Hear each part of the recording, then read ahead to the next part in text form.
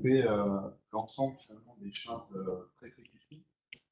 C'est un cours un peu étonnant, au sens où moi je suis cardiopédiatre, je ne l'aurais pas présenté comme ça. Moi, le CIA, un RPA, c'est des partiels, c'est pas la même chose. La logique derrière ça. Voilà, tout va bien. Voilà. Alors la logique derrière ça, c'est que finalement, c'est l'information cardiaque, qui a un logique commun et une stratégie thérapeutique qui se ressemblent en termes de décision, etc. Donc l'objectif de ce cours, finalement, c'est de présenter chaque cas pour vous montrer finalement le lien entre les trois métiers. Alors, la CIA, je pense que ce qu'il faut retenir, c'est deux choses. La première, c'est que c'est extrêmement commun. Là, je pense que c'est la première, il faut bon à rappeler. C'est commun, surtout associé à d'autres cardiopathies congénitales. La deuxième chose qui est importante, c'est de comprendre que quand on dit CIA, finalement, c'est un pool de malformations congénitales, à la fois embryologiques, qui sont très différentes. On parle de CIA ostium primum quand le défaut du septum primum est atteint, c'est-à-dire qu'il n'y a pas de fusion entre la VAV et le septum primum embryologique.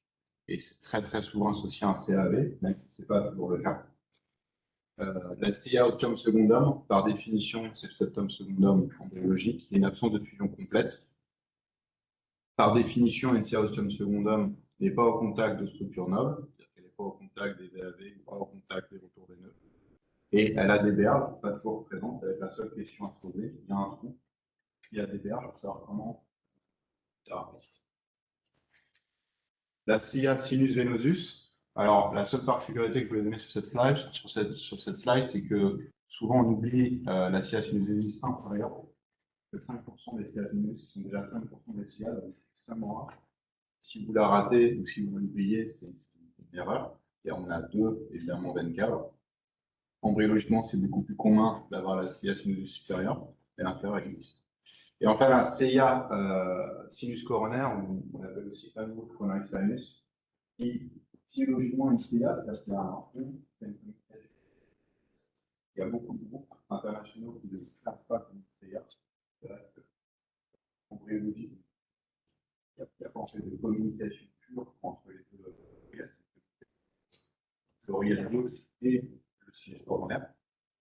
Mais certains groupes, comme les groupes européens et surtout français, considèrent que la physiologie est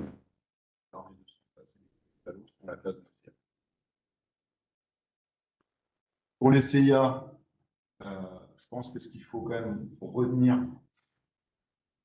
souvent on y pense, mais parfois on oublie, c'est que face à une CIA, il faut se poser la question du terrain. CIA ostium primum T21, comme tous les CAV.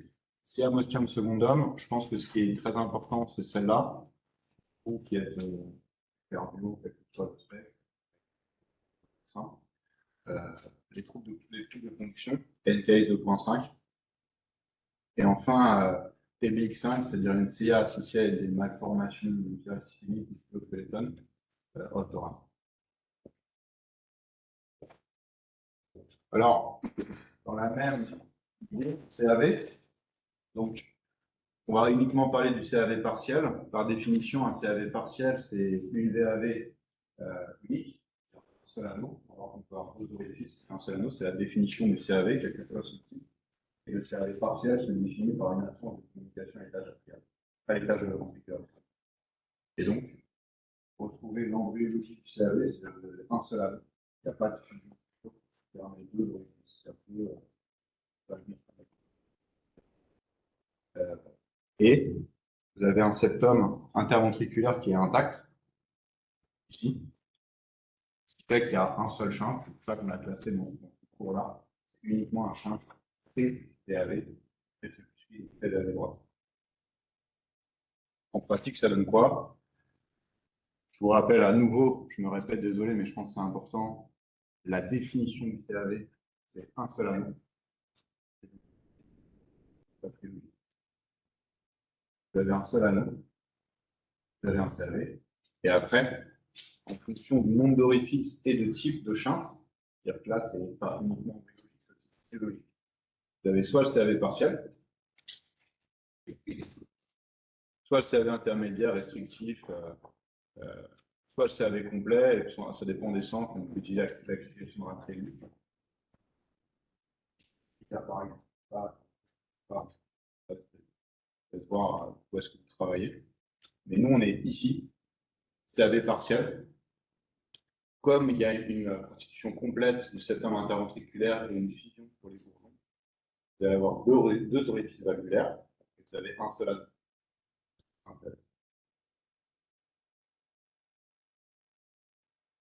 On continue dans la description des shunts pré-tricuspides, les retours veineux pulmonaires anormaux.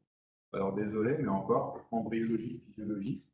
Il y a un point commun pour tous les RVP, soit partiels ou totaux, voire miscellaneous. Il y a une veine pulmonaire commune, c'est une structure embryologique en fait qui permet de faire communiquer le massif cardiaque, ce qu'on lauréate unique à ce stade, avec des retours veineux pulmonaires.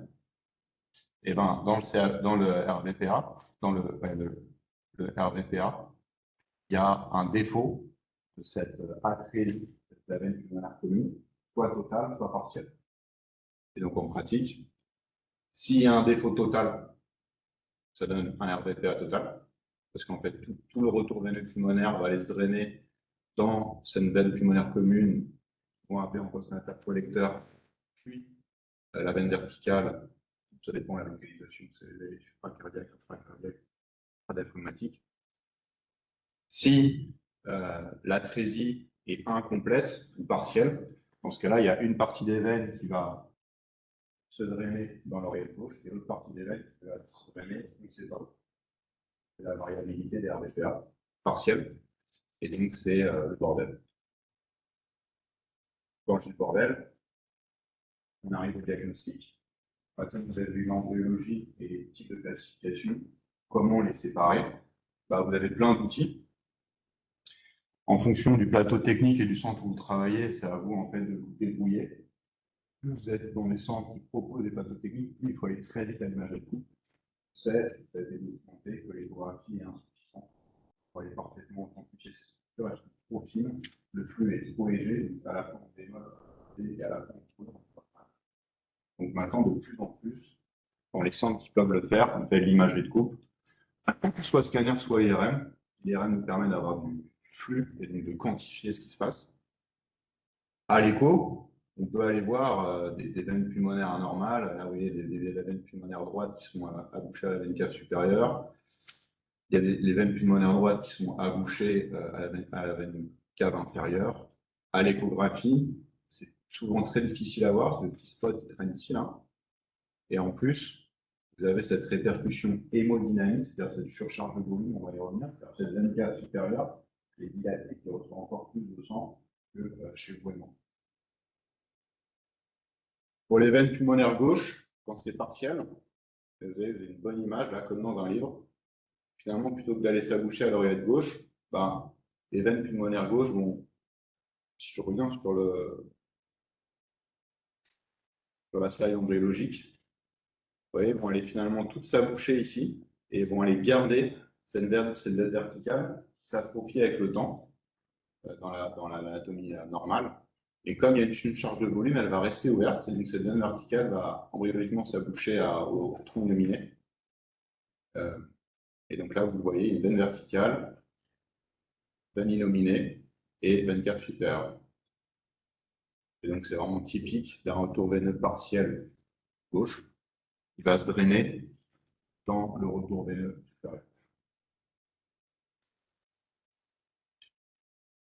Dans les mots que vous allez pouvoir croiser et les situations que vous allez pouvoir avoir vues, souvent celui-là il excite un peu de monde, il a un sexy, c'est le syndrome de Sinter. Je rappelle que c'est un sabre lourd de l'Asie-Ouest, au du Moyen-Orient. Pourquoi on l'a appelé Sinter? Parce que c'est la description radiographique qui a cette gueule. Et donc parfois, pas toujours, mais parfois limitant l'imagination. C'est vrai, tiens, ça ressemble à un cimetière. C'est la seule raison. Après, d'un point de vue médical pur, la particularité du syndrome de Sinter, c'est le curieux de l'école, il est dur à définir. Moi, à l'époque, c'est le définir. Le point commun des syndromes de Sinter, je dirais que c'est le RVTA partiel du poumon droit qui va s'occuper dans la veine carapaciale, qui va donner cet aspect. Après, il y a vraiment une myriade de malformations associées à la fois cardiaque, thoracique, pulmonaire et abdominale dans le forme musculaire. Donc, je dirais que c'est variable. Mais si vous avez un RVTA partiel du poumon droit qui est dans la veine cave inférieure, quelles que soient les lésions associées, vous pouvez l'appeler ce musculaire avec ou non une artère séquestrante. Je vous rappelle que c'est une artère systémique qui va accuser par exemple soit intra, soit extra-lobulaire. Isolé en termes de motivation. Et dû à la surcharge de volume, on va y revenir en HTAV.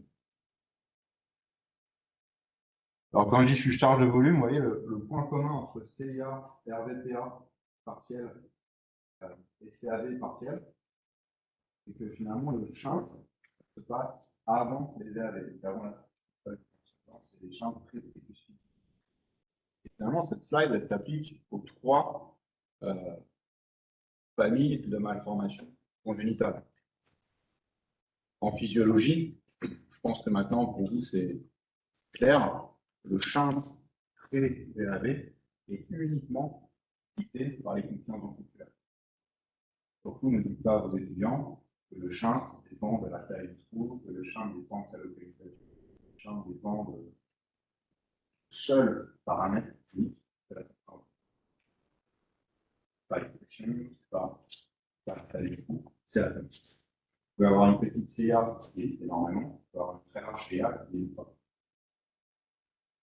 Et donc, une fois que vous avez ce type de malformation, la question que vous devez vous poser, c'est comment on évalue les conditions ventriculaires avec les outils. C'est compliqué, on va y revenir. C'est très dur en fait de quantifier la compliance. Ça reviendrait dire à quantifier la fonction gastrique, à quantifier finalement la réalité de ces luttes. On n'a pas vraiment de moyen pour le faire. Par conséquent, on va le faire de manière qualitative et non pas quantitative. On va estimer les surcharges de volume à droite. Pourquoi je dis à droite? Parce que normalement, la compliance du ventricule droit est meilleure que la fonction du ventricule. Donc, quelle que soit la taille du trou, sa localisation, le sang va aller de gauche à droite. Plus la compliance du ventricule droit sera déséquilibrée par rapport au ventricule gauche, il y aura une surcharge de volume. Plus le ventricule droit va se dilater. Vous retenez que ça tout court, ça va être bon. D'ailleurs, elle fait toutes les diagrammes. Ça. S'il y a une surcharge de volume, il faut faire quelque chose. Comment quantifier la surcharge de volume et d'indices de taille entre les deux. Hyper important parce que ça va aussi vous aider sur comment vous managez ces patients après l'intervention. Quand est-ce qu'ils récupèrent un volume normal assez rapidement finalement en termes de semaines de mois. Si vous éliminez les shunts, vu que le P sur QS est égal à 1, la taille du ventricule va s'adapter si les pressions là-bas sont normales. Comme vous avez un charge de volume, il y a une augmentation de débit, le QP augmente. Et c'est la loi de Ohm. Si le QP augmente avec des résistances fixes, les pressions montent. Comme les pressions montent, les résistances baissent. Et donc, c'est un cercle vicieux qu'on appelle le syndrome d'Eisenhower. On dit l'hyperdébit emmène des hyperrésistances, et par définition, l'hyperrésistance emmène hypertension artérielle, et non pas l'hyperpression. C'est pas la même chose. Et par définition, le syndrome d'Eisenhower donne un chiffre qui s'oppose. Comme le cœur droit pousse à une forte pression, il va élever ses compliances, il va se stresser, la hypertrophie et perdre sa capacité d'étendue. Et avec le temps, le champ va s'inverser, le droit va devenir droit gauche. La patient va devenir. Et là, vous n'avez plus rien à faire, le muscle est mort, il ne peut plus être détendu. Vous avez beau traiter l'hypertension artérielle, c'est trop pour ça que le syndrome d'Eisenhower parle. Et ça, la dernière chose, quand je vous dis uniquement dépendant des compliances, le shunt droit-gauche, il est possible si finalement vous mettez autre chose entre le shunt et le ventricule droit qui fait varier les résistances. Si vous voulez, vous êtes médecin et pensez genre comme un mécanicien, vous avez de l'eau qui va dans une cavité. Si vous mettez un tuyau transperçant ou si vous mettez des frottements dans le tuyau, et finalement, ça va changer les résistances du conduit. Et donc, c'est pour ça que si vous avez une sténose de la valve pulmonaire qui va modifier la compétence du ventricule droit, si vous avez un obstacle dans la valve tricuspide ou si vous avez un muscle lui-même qui est malade, ça peut être d'emblée droit-gauche. C'est clair pour tout le monde, ça? Je vais un peu vite parce que je pense que ça suffit. N'hésitez pas, hein, s'il y a quelque chose que, pour moi, c'est la slide la plus importante. Le reste, c'est de la mémoire. Vous allez apprendre. Et ça, c'est la chose qu'il faut comprendre de la moindre question. Là, c'est bon pour vous. Ok, donc la conséquence clinique, finalement, c'est souvent asymptomatique. Parce que comme ce n'est pas le milieu systémique qui est atteint, c'est des pulmonaires, c'est en clinique, c'est pas évalué. Souvent, il ne se passe rien, de manière fortuite. Malgré tout, on peut aussi avoir des signes d'hyperdébit, c'est-à-dire dyspnée, retard de croissance, infection respiratoire, mais c'est relativement rare. Pourquoi? Au contraire de la CID, par exemple, c'est les résistances, parce que la pulmonaire, elle peut parler très très vite. Il faut quelques semaines, un bébé va symptomatiquement parler par rapport à ça. Les chaînes prétricuspidiens mettent beaucoup de temps à parler parce que la confiance décroît progressivement, mais des mois et des mois en fait à parler. Et donc finalement, le champ va augmenter très progressivement, parce que la confiance dont la donner à la naissance est égale à la. Et donc, cette dyspnée au retard de croissance qu'on voit, ça arrive des mois, voire des années. Ça passe à l'as. Autant un bébé, tout le monde est hyper excité autour de lui, et dès que quelque chose ne va pas bien, on dit, je vais faire une écho. Quand on a plus de 3 ans, on se parle seul, je ne sais pas quoi, on voit tout le temps. Et c'est ça le piège. C'est ça le piège. Il faut vraiment s'acharner à être très très rigoureux, à faire les courbes de croissance, à noter le nombre d'infections par an, les guidelines, et écrit là-dessus. 4 infections respiratoires par an, une déviation du couloir sur le retard de croissance et couloir vital. Pour éliminer ce genre de choses. Après embolie paradoxale, insuffisance cardiaque, cyanose, ça revient à la physiologie que je décris juste avant. Alors à l'écho, si vous avez bien, je dirais, si vous êtes à l'aise avec ma slide physio, franchement, l'écho, la fille des débutants, elle peut le faire, elle aura compris. Hein. C'est-à-dire, il faut voir un coup. Il faut voir les qualités droites. Honnêtement, donc le trou, évidemment, là, on peut s'exciter, on peut voir la taille des trous, les verres, etc. Donc ça va être important. Voilà, le diagnostic et la décision thérapeutique. Donc c'est la taille. Si vous avez un coût, est-ce que vous avez un impact sur les qualités droites? Impact de volume et impact de pression. Là, vous allez voir les arbres thérapeutiques. Je vais vous montrer.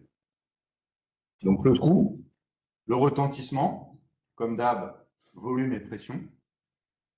Le coupé sur QS, souvent j'ai la question, moi j'ai jamais vu faire. Paris, à Toronto, ici, je ne fais jamais de coupé sur QS avec eau. Il y a beaucoup de gens là, dans les centres qui font des coupés sur QS, c'est-à-dire qu'ils prennent des enveloppes de Doppler sur la vague pulmonaire et qui font des ratios avec le débit systémique. Ça a été montré que ça marche mal. Gardez en tête que si on vous dit de le faire, soyez prudents. Pourquoi la plupart des centres, top niveau, ne le font plus? Parce qu'en fait, c'est un peu de la merde. Moi, j'adorais que ça marche. Je suis sûr que c'est avec vous, mais on n'y arrive pas. On ne fait pas du quantitatif. Pas que c'est du qualitatif. On évolue, on voit que c'est qualitatif. Lésion associée, je viens de vous en parler, parce que si vous avez une lésion associée, ça peut changer la manière dont vous allez raisonner par rapport à la surcharge de volume. Et enfin, alors ça c'est le dernier point, j'ai été un peu provocateur en disant trou, oui, non, et oui, c'est pas. Si vous vous projetez, si vous voulez vraiment être complet, et bien, une fois que vous avez le diagnostic, comment je vais corriger le diagnostic? Et là, par exemple, mon SCA, ce qui va coûter, c'est l'hébergement. Et la taille du trou. CAV partiel, exactement le même raisonnement. C'est un champ de prétricuspidien, donc il faut faire le diagnostic de CAV. C'est la logique. Et après, vous allez voir que ce qui impacte, c'est finalement la charge de volume associée, donc une fuite de la VH, qu'elle soit gauche ou droite. Vous avez une surcharge de volume à droite du haut trou, mais si en plus vous avez une surcharge de volume systolique, c'est-à-dire une fuite de la VAV, là, ça va vous pousser à aller opérer. Vous allez voir que c'est la seule chose qui est spécifiée dans les guidelines. C'est-à-dire que si vous avez une fuite de la VAV objectif, vous devez y aller. Quand j'ai objectif, le Doppler couleur ne sert à rien. Doppler couleur, malheureusement, c'est pareil. Comme je peux régler avec faire un nouveau suite. Il faut c'est quantifier une taille de volume léger, taille de volume de l'objet. Si vous êtes supérieur à 2 dilations standards, ça veut dire que c'est dilaté, une charge de volume. Les gros suites de Doppler, c'est pas ça qui doit vous pousser à aller faire quelque chose. Et évidemment, puisque l'écho, scanner et KT, comme je vous ai dit, le KT pour le QP sur QS, même si maintenant la plupart des centres utilisent l'IRM de flux, ça va arriver. Peut-être que pas encore, ça va arriver. Ils peuvent avoir un IRM. Maintenant, la plupart des centres ne font plus de KT pour faire l'hémodynamique, soit des cours un peu avancés, je dirais. Mais l'IRM est très importante au-delà de l'anatomie pour l'hémodynamique. Alors, on y vient, je vous en parlais, on a fait embryologie, physiologie, clinique, diagnostic. Et là, vous voyez, je ne vous ai pas menti. La grande européenne, vous avez un trou. Est-ce qu'il y a une surcharge de volume? Est-ce qu'il y a une surcharge de pression à travers les résistances? Point. Après, vous suivez le truc. Moi, je vous dis, moi, j'ai une mauvaise mémoire. Chaque fois, je vais regarder les trucs, je vais voir. Et je sais ce qu'on dit. Quand je fais l'écho, je dis, OK, il y a un trou. Est-ce qu'il y a une surcharge de volume? Suite à la surcharge de volume, à nouveau, ça va de boum, il va y avoir une atteinte des résistances, parce que les pressions doivent s'adapter. Comment sont les pressions du cœur droit? Ça nous permet d'estimer la résistance pulmonaire. Si les pressions sont élevées, on est un peu piégé, parce que ça peut être soit dû à l'hyperdélie, soit dû aux résistances élevées. Et là, il faut les faire.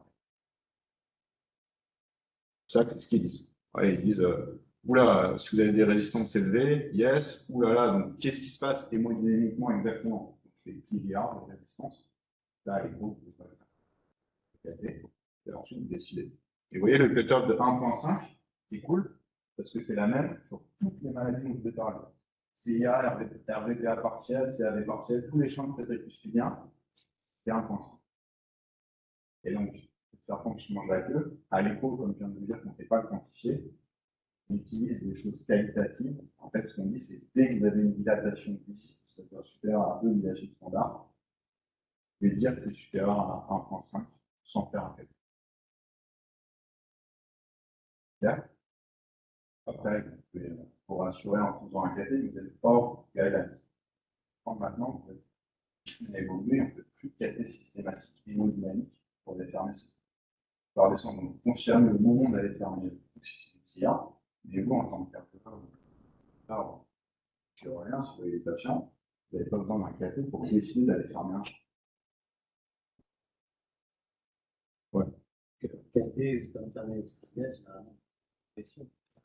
Ouais, exactement. Alors, ça, c'est ton expérience personnelle. Tu vas très bien dans un œil, c'est pas impossible de faire ça. Le café est complet, et pareil, c'est-à-dire qu'en soi, nous, ça nous choque. C'est pas du bien, mais ça nous choque peut-être. Mais attends, ça ne porte rien. Tu arrêtes, ça leur apporte rien. Maintenant, on a tellement d'expérience, on a appris ces 20 dernières années, et finalement, s'acharner à estimer les résistances, ça ne sert à rien. Si tu as une dilatation du cœur droit, si tu as les pressions normales, peut-être que c'est pour ça que je me permets de dire que ça dépend un peu de là où tu travailles. Moi, ça ne me choque pas de faire un café, mais ça m'aidera absolument pas. C'est juste ça peut perdre.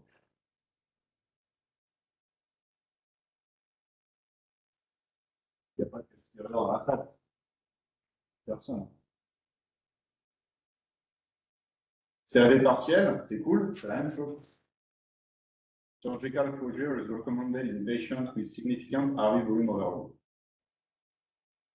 La première, on en parle. Et comme je vous ai dit, s'il y a des régurgitations des DAV, là, vous devez faire attention. Et d'une manière assez intéressante, vous voyez, si vous êtes vraiment un peu psychorigide, si vous dites, regardez le couleur Doppler, c'est énorme, ici, vous êtes dans un équipe qui doit être opéré couleur Doppler. Si ça se passe mal, la famille porte plainte, le juge, voilà. Je change de volume. Comment vous allez quantifier?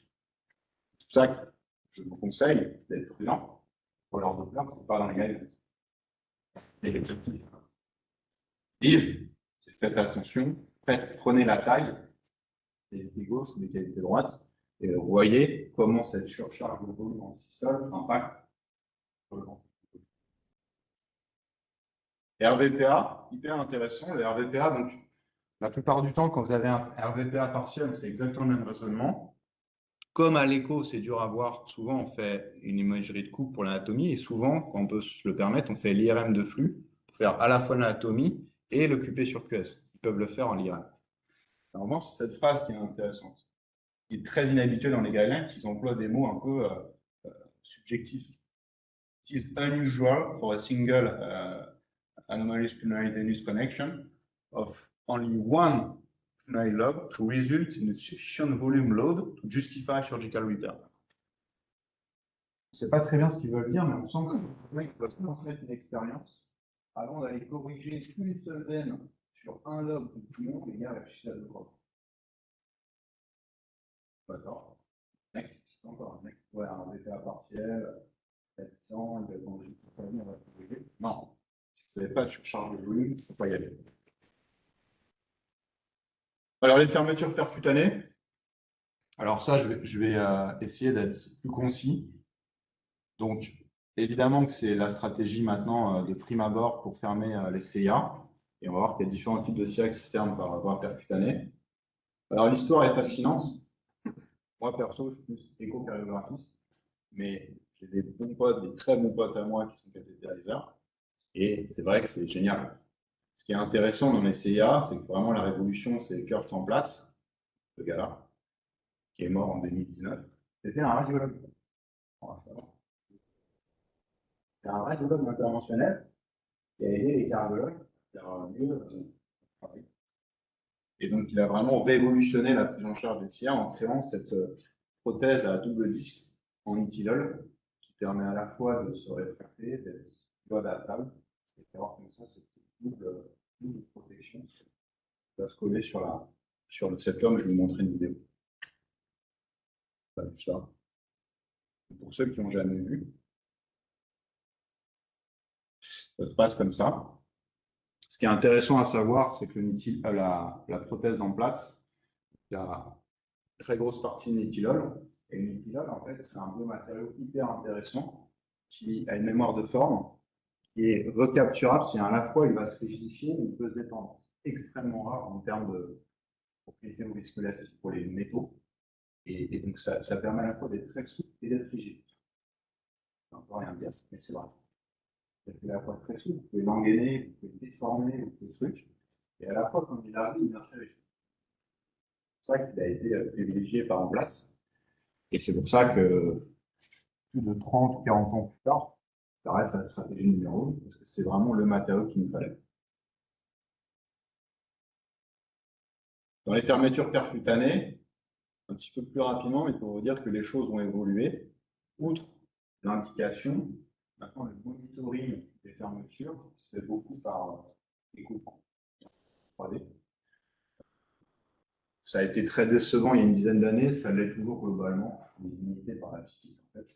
Mais quand même, l'échographie 3D nous permet de voir assez bien les choses, malgré une cadence d'image assez mauvaise. Et donc, on contrôle à l'ETO ou d'autres types de techniques ultrasonores. L'accès veineux, le traitement antithrombotique, on va y revenir, c'est très important, dû au nitylol en lui-même, à l'agression sur le tissu. Le trajet, bon, ça je pense que vous connaissez, même sur à droite, à droite, et on va mettre un petit guide dans les VP stabilisé. La calibration au ballon et ou à la géographie, ça dépend des centres. C'est-à-dire, pour parler de mon expérience, dès qu'on a une intervention, il y en a peut-être au ballon, d'autres non, il y en a qui ne pensent pas ce qui est mieux. La chance de l'équipe. Taille de la prothèse, évidemment, dépend de la taille du trou et il faut rajouter les verges et le déploiement. Et enfin, le test de stabilité. On va tirer un peu sur la prothèse et on va voir ce qui se passe. En écho 3D, ça donne ce genre d'image. On voit ici la prothèse et grâce à l'écho 3D, on a l'impression de voir un peu mieux.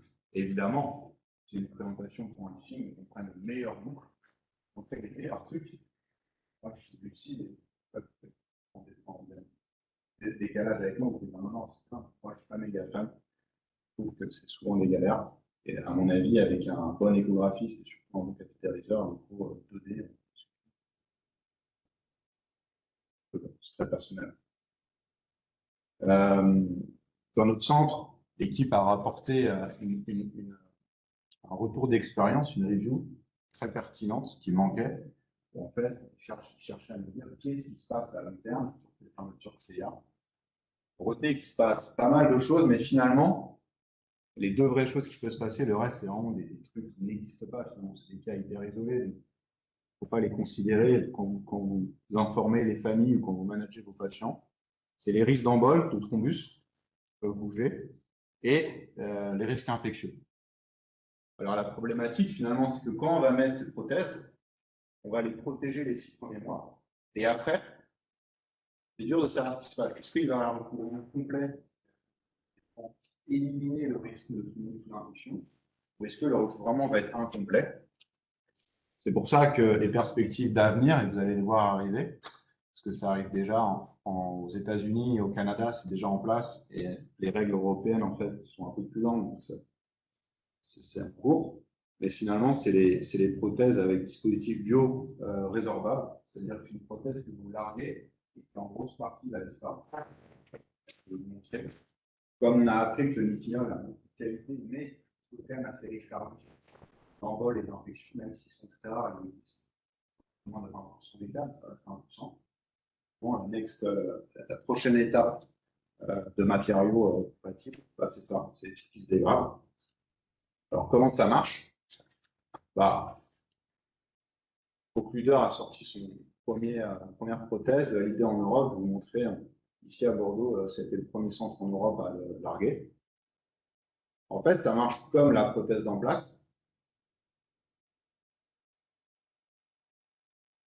sauf que vous voyez, vous avez un filet, filament avec un matériau avec un nom imprononçable, qui va en fait pouvoir se bio-dégrader, disparaître. Il va rester quelques mois, puis il va disparaître. Là, je vous montre toute la vidéo. Désolé, c'est la vidéo commerciale de la boîte qui montre comment on le largue, comment on le teste. C'est surtout à la fin de la vidéo, là, il y a un petit gap. C'est juste pour montrer en fait qu'il y a des différentes séquences, c'est vraiment des trucs techniques du cathétériseur. Il va le tester, il va mobiliser la prothèse et à la fin, vous allez voir, en fait, il va illustrer quelle est l'idée de cette prothèse. Elle est test, c'est un nom qu'on peut l'enlever, à tester, on peut jouer avec, on peut quand même faire la cathétériseur. Une fois que c'est largué, le devenir de ces prothèses, vous voyez, c'est la disparition progressive de ces PLGA, ce matériau qui est là, mais qui ne sera plus là. Ça reste, on garde la membrane, et donc finalement, la conclusion de ça, c'est ça. C'est-à-dire que vous n'avez plus qu'en fait des attaches, mais vous n'avez plus aucun matériau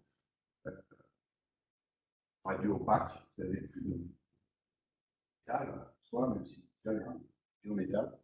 Donc on espère que ça va diminuer le risque d'infection et diminuer le risque d'embol sur l'absence d'utilisation de cette prothèse. Et comme je vous disais, Bordeaux a été le premier centre à l'implanter dans cette étude. Ils montrent de très bons résultats. Et globalement, vous allez voir arriver dans les mois ou années qui arrivent. OK. Et dernier topic que je m'aurais fini, c'est les SIA sinusvenosus. Alors, ça, c'est vraiment intéressant parce que moi, je dirais, quand j'étais à votre place, il n'y a pas si longtemps, c'était un truc de chirurgien. SIA sinusvenosus. Cardiologue, et après, c'est chirurgien. Il y avait un retour vénal normal, il y avait un retour qui était proche du médical, etc. Donc, c'était vraiment, on parlait d'intervention pour Warden, et après, il y a des outils, et après, on va faire ça. Et il y a plein de techniques chirurgicales comme l'appareil.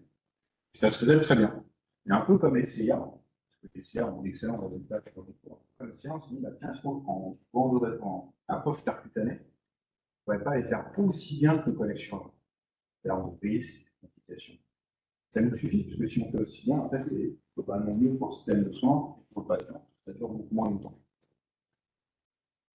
Et donc, c'est ce qui s'est passé de manière assez récente, même si ça évolue depuis une dizaine d'années, mais maintenant, ça y est, ça rentre dans les mœurs, je dirais, de quelques centres qui sont lancés. Ça montre de bons résultats.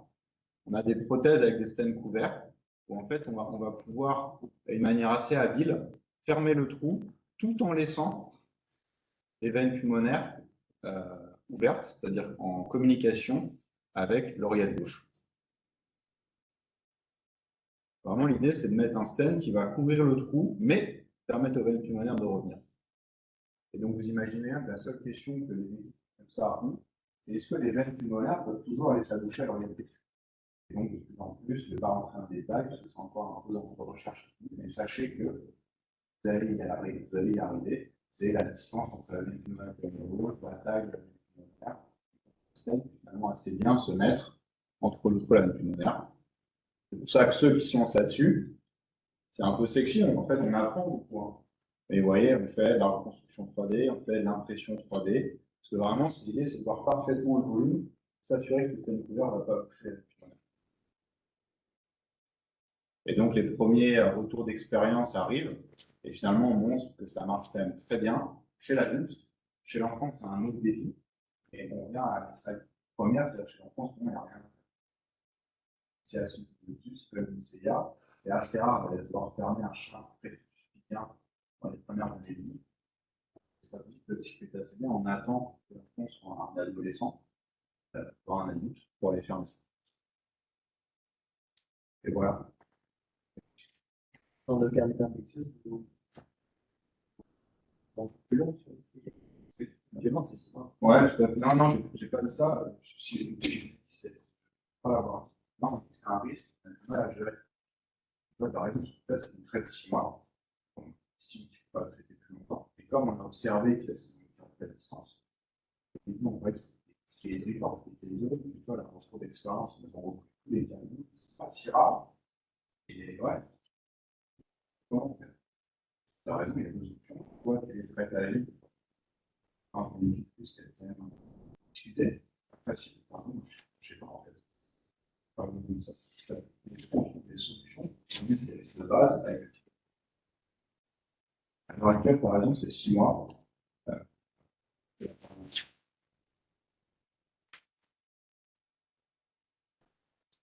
Ouais. Est-ce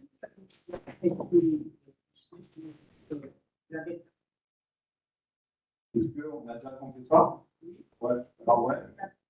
Ouais, ça marche pas bien. Vraiment. Par contre, c'est pas simple. Pour pouvoir réaliser en fait, soit ça a été porté.